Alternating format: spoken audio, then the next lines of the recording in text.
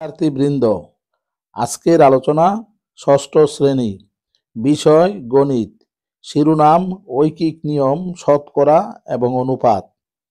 প্রশ্ন নং 52। উদ্দীপকটি হল কমলার দাম 25% বেড়ে যাওয়ায় 500 টাকায় পূর্বাপেক্ষা 5টি কমলা কম পাওয়া যায়। তাহলে কয়ের প্রশ্নটি হলো প্রতি ডজন কমলার বর্তমান মূল্য কত? ক্ষয়ের প্রশ্নটি হলো 500 টাকায় পূর্বে কতগুলো কমলা পাওয়া যায়।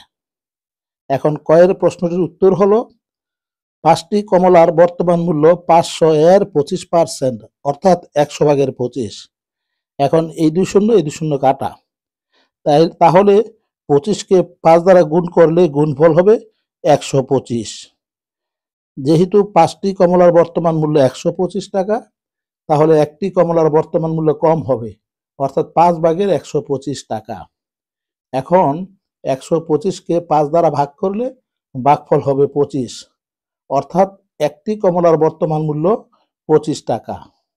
আবার 1 ডজন সমান 12টি, তাহলে 12টি কমলার বর্তমান মূল্য বেশি হবে, অর্থাৎ 25 গুণ 12 টাকা সমান 300 টাকা। উত্তর 300 টাকা। ক্ষয়ের প্রশ্নটির উত্তর নিম্নরূপ।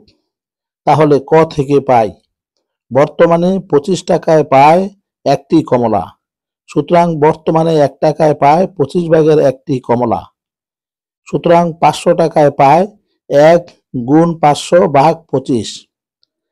এখন 500কে 25 দ্বারা ভাগ করলে ভাগফল হবে 20, অর্থাৎ 20টি কমলা।